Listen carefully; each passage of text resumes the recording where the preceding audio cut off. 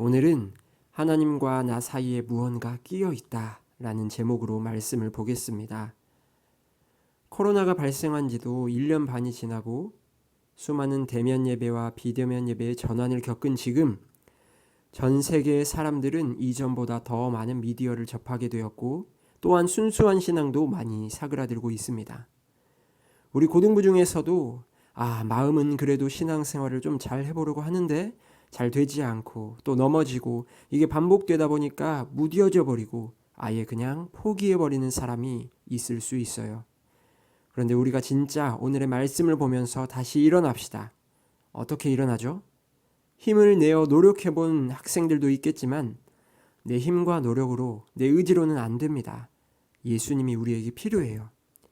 예수님이 그래서 우리에게 오신 거예요. 오늘의 본문을 보면 재밌는 장면이죠. 리더 느헤미야를 중심으로 이스라엘 백성들이 무너지고 실패했던 성벽을 재건하게 됩니다. 무너진 신앙을 회복해 가는 것이에요. 그렇게 시작한 재건으로 성벽은 빠르게 절반까지 50%를 세웠습니다. 6절 말씀을 보면 이에 우리가 성을 건축하여 전부가 연결되고 높이가 절반에 이르렀으니 이는 백성이 마음들여 일을 하였음이니라. 꽤나 빠르게 신속하게 협동해서 빠른 속도로 영적 회복, 신앙의 회복을 이루어가고 있었어요. 그렇게 할 수 있었던 것은 다른 것이 아니라 백성이 마음을 들여 일을 했기 때문이었습니다. 마음을 들였다는 게 어떤 것이겠어요? 신앙을 회복하고 싶은 사모함, 열망함이 있었던 것입니다.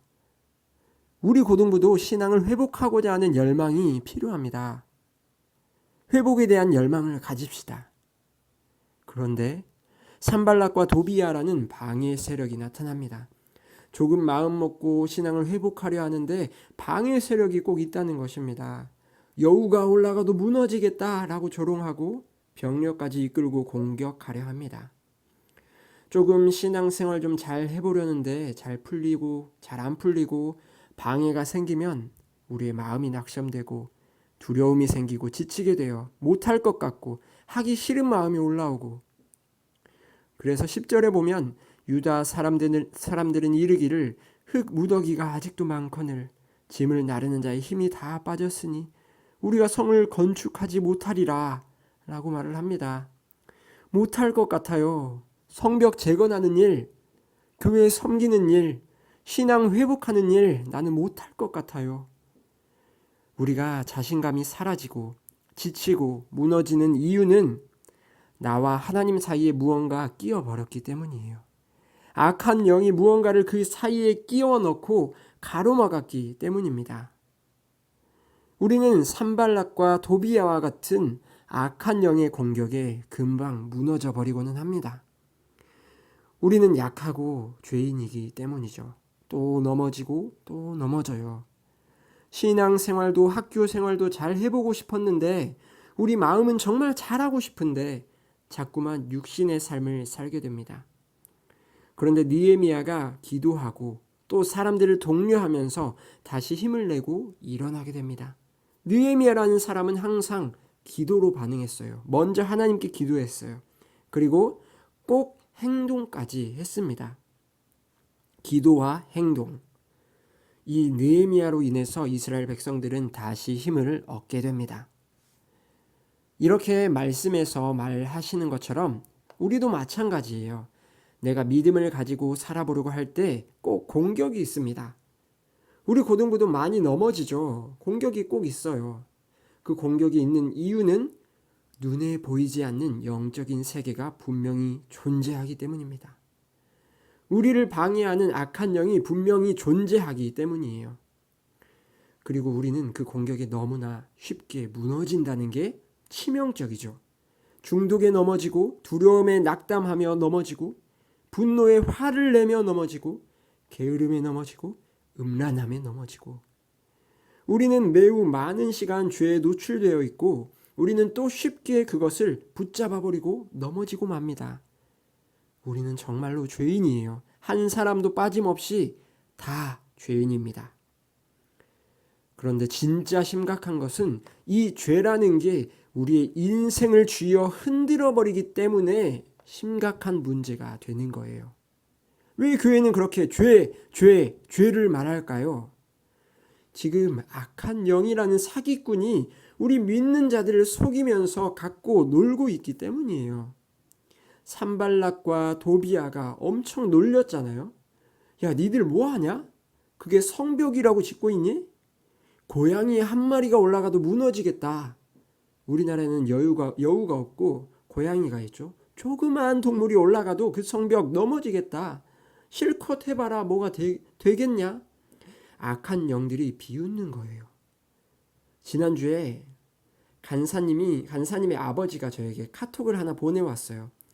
이렇게 저희 아버지에게 문자가 하나 왔다고 말씀하시면서 그것들을 그대로 복사해서 간사님에게 보내주시더라고요. 그 내용을 보니까 아빠, 나 폰 고장이라 매장에 맡기고 일회용 번호로 문자하고 있어. 일회용 번호라 문자만 가능해. 문자 보면 바로 답장해줘.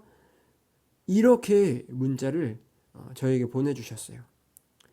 이 문자를 보고 순간 걱정되더라고요. 딱 봐도 보이스피싱인데 혹시나 부모님이 이미 모르고 당하시지 않으셨을까? 당하신 다음에 나에게 카톡을 보내신 게 아니실까? 상상을 해보세요. 우리 부모님이, 내 부모님이, 여러분 부모님이 보이스피싱에 속아서 몇 천만 원 돈을 그냥 사기당하고 잃어버린다고 생각해보세요. 섬뜩하죠? 화나죠?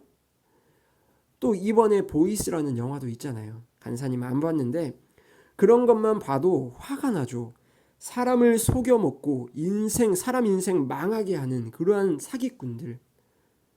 지금 죄라는 게 바로 그렇다는 것입니다. 이렇게 우리를 속이고 놀려먹고 우리를 망하게 한다는 거예요. 죄라는 것은 우리의 삶을 갉아먹습니다. 여러분의 순수한 미래를 갉아먹어요. 그래요. 때로는 지금 신앙생활 잘하는 것과 하지 않는 것의 차이가 별로 안 느껴질 수도 있어요. 그런데 그들의 인생은 100% 달라집니다. 성실하게 예배의 자리에 나와서 마음을 드리고 기도하며 말씀을 사모하는 학생들과 그냥 귀와 마음으로 듣지 않고 살아가는 사람의 삶은 겉보기에는 별 차이 안 나는 것 같지만 100%, 200% 달라져요. 죄는 인생을 썩어지게 합니다. 매우 실제적입니다.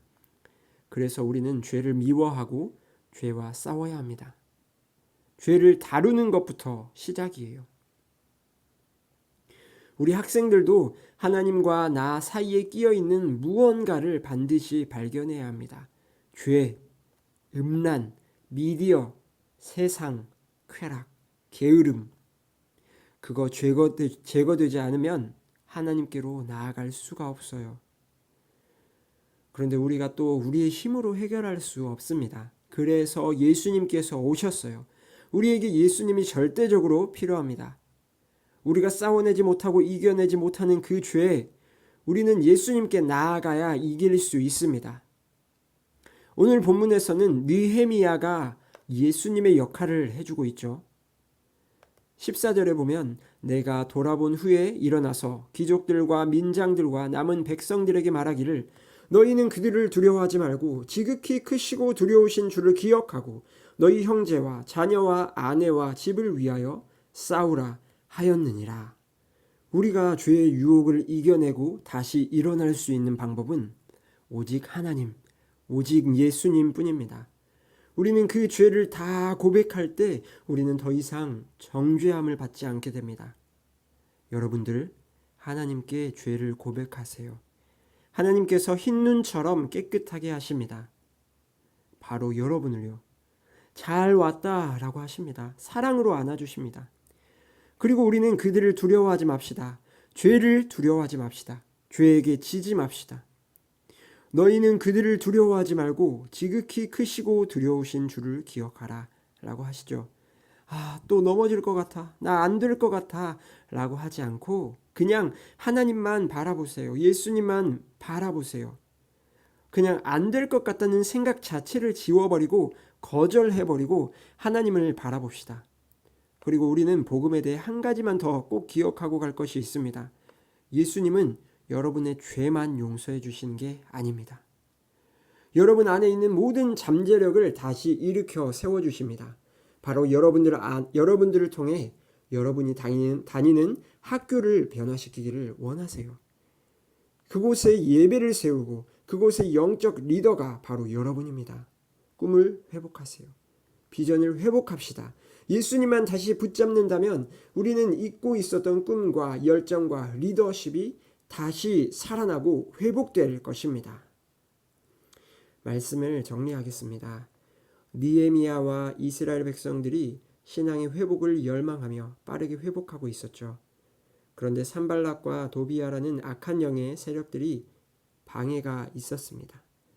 우리가 신앙생활 잘 해보려고 하는데 악한 영의 세력이 정말로 우리를 괴롭힙니다. 어쩌면 여러분이 정말 귀한 사람일수록 악한 영은 여러분이 잘 사는 것을 필사적으로 막아요. 죄의 공격이 너무 큰 사람들, 이기기 너무 어려운 학생들 있나요? 그 죄만 뚫어내면 하나님께서 너무나 놀랍게 사용할 것이기 때문에 더욱 그런 거예요. 우리 힘으로 못 이깁니다. 하나님만 바라봐야 해요. 중독, 죄, 내 노력으로 안 됩니다.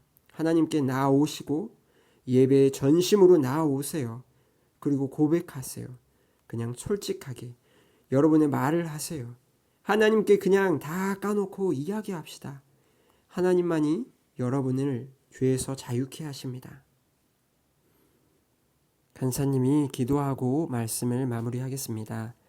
하나님, 우리의 죄를 하나님 앞에서 해결합니다. 하나님, 하나님과 나 사이에 끼어있는 무언가가 있습니다. 하나님, 그것을 내 힘으로 해결할 수 없습니다. 하나님께서, 예수님께서 그 죄를 해결하여 주시고 다시 주님 앞으로 나아갈 수 있도록 주님 도와주세요. 사랑의 감격 안으로 다시 들어갈 수 있도록 주님 도와주세요. 그리고 우리의 신앙의 재건을 위하여 기도합니다. 느헤미야와 이스라엘 백성들이 성벽을 재건했듯이 우리도 그 열망함을 가지고 신앙의 회복을 위하여서 하나님께 구합니다. 하나님, 이제부터 주님을 위해 살고 주님을 따르겠습니다. 하나님, 우리의 기도를 받아주시옵소서. 감사합니다. 예수님의 이름으로 기도했습니다. 아멘.